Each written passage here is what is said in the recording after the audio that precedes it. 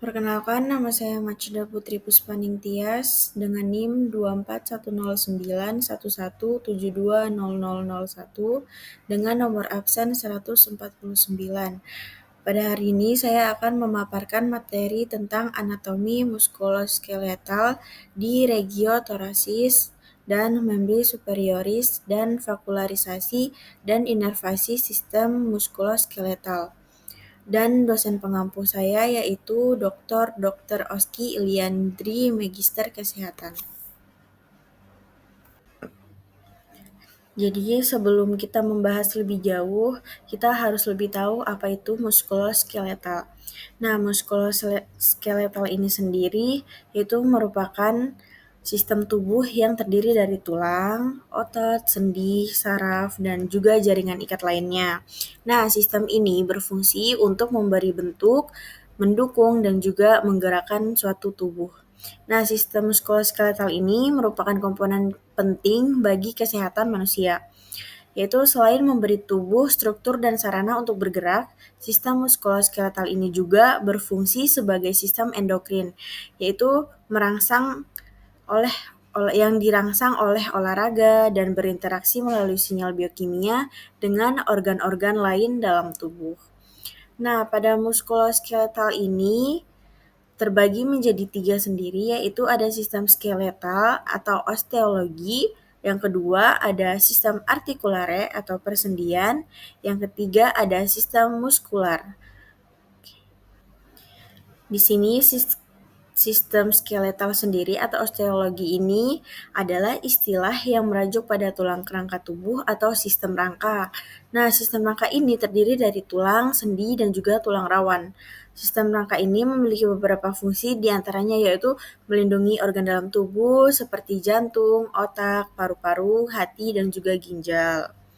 Nah, terus yang kedua ada sistem artikulare atau persendian. Nah, sistem artikulare ini adalah sistem sendi yang merupakan hubungan antar tulang di dalam tubuh. Sendi memungkinkan tulang-tulang untuk berfungsi sebagai sistem rangka dan memungkinkan tubuh untuk melakukan suatu pergerakan. Nah, yang ketiga ada sistem muskular atau otot. Sistem muskular sendiri adalah sistem jaringan otot yang memungkinkan tubuh bergerak. Nah, sistem ini juga disebut sebagai sistem muskuloskeletal atau sistem gerak tubuh. Nah, fungsi sistem muskular adalah yaitu membentuk postur tubuh dan melindungi organ-organ penting yang memungkinkan tubuh untuk bergerak. Nah, kita lanjut pada regio. Ada berbagai regio atau wilayah yang ada pada tubuh kita sendiri, yaitu yang pertama ada regio kaput, yaitu di bagian kepala. Yang kedua ada regio kolum, yaitu di bagian leher. Yang ketiga ada regio toraks, yaitu pada bagian dada. Nah, yang keempat ada regio abdomen, yaitu di bagian perut, dan juga ada regio pelvis di bagian pinggul, dan yang keenam ada regio membran, yaitu anggota gerak pada tubuh. Nah, pada bagian membran ini terdiri dari membran superiors, yaitu anggota badan bagian atas, dan juga membran inferiors, yaitu anggota badan bagian bawah. Nah, untuk membran superior sendiri terdiri dari yang pertama ada fossa axillaris, yaitu pada bagian ketiak. Yang kedua ada regio deltoidea, yaitu pada bagian bahu. Nah, yang ketiga ada regio brachii atau lengan atas. Nah, ada juga regio cubiti, yaitu pada bagian siku. Dan juga ada regio antebraxii, yaitu bagian lengan bawah. Dan juga regio manus, yaitu pada bagian tangan. Jadi kita lanjut pada membran inferius, yaitu terdiri dari regio glutea, yaitu bagian pantat atau bagian bokong, dan juga regio femoris, yaitu bagian paha. Nah, ada juga regio genu yaitu di bagian lutut. Ada juga regio cruris yaitu bagian tungkai bawah. Dan juga yang terakhir ada regio pedis yaitu bagian kaki. Oke, next. Oke, jadi kita masuk pada bagian regiotoraks. Nah, toraks atau bagian dada adalah bagian tubuh antara leher dan juga perut. Pada bagian depan dan belakang toraks yaitu berbentuk pipih, akan tetapi bagian tersebut berbentuk bulat di bagian samping.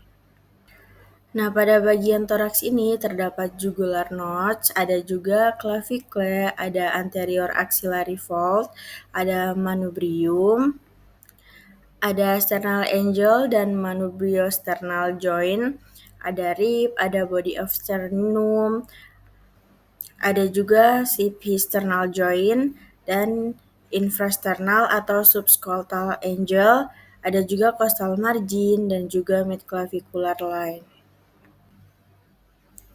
Oke, jadi di sini ada regiotoraks. Nah, pada bagian kiri sendiri ada trapezius, ada tendon of sternocleidomastoid, ada suprasternal notch, ada manubrium stemi, ada juga body of sternum, ada anterior axillary void, ada Sylphate process, ada costal margin, ada linea semilunaris, ada subital fossa. Nah, pada bagian kanan sendiri ada supraclavicular fossa, ada clavide, ada acromion process, ada sternal angle atau angle of Lewis, ada juga deltoid, ada pectoralis major, nipple, areola, dan juga seat of apex, beat of heart. Oke. Pada bagian membran superior sini terbagi menjadi 3, yaitu ada extremitas superior, ada cingulum membran superior, dan juga pars libera membri superior. Nah, pada extremitas superior ini terdiri atas cingulum membran superior dan pars libera membran superioris. Nah, yang kedua ini ada cingulum membran superioris, yaitu adalah bagian ekstremitas superior yang menempel dengan badan atau axial skeleton. Yang ketiga ada pars libera membran superioris, yaitu adalah suatu bagian ekstremitas superior yang bebas bergerak atau apendikular skeleton. Nah, contoh-contohnya ini ada pada gambar tersebut. Oke. Kita masuk pada vakularisasi. Nah, yang termasuk pada ekstremitas superioris adalah vaskularisasi untuk regioskapularis, yaitu pada bagian bahu, ada regiobraksi, yaitu lengan atas, dan juga ada regio antrebraksi, lengan bawah, dan regio manus, yaitu pada bagian tangan. Nah, pada bagian-bagian tersebut sudah dilampirkan pada gambar yang bisa kalian lihat sendiri ya. Oke, yang terakhir saya akan membahas tentang inervasi.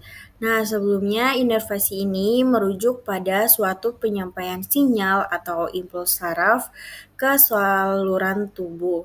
Nah, ini berarti inervasi yaitu mempunyai peran sebagai bertanggung jawab atas pengoperasian setiap organ, jaringan, dan juga sel yang ada pada dalam tubuh kita. Nah, pada proses inervasi ini terdiri dari 2 tahap utama. Yang pertama ada impuls saraf, yaitu dikirimkan dari saluran otak melalui sumsum tulang belakang kepada saraf periefer.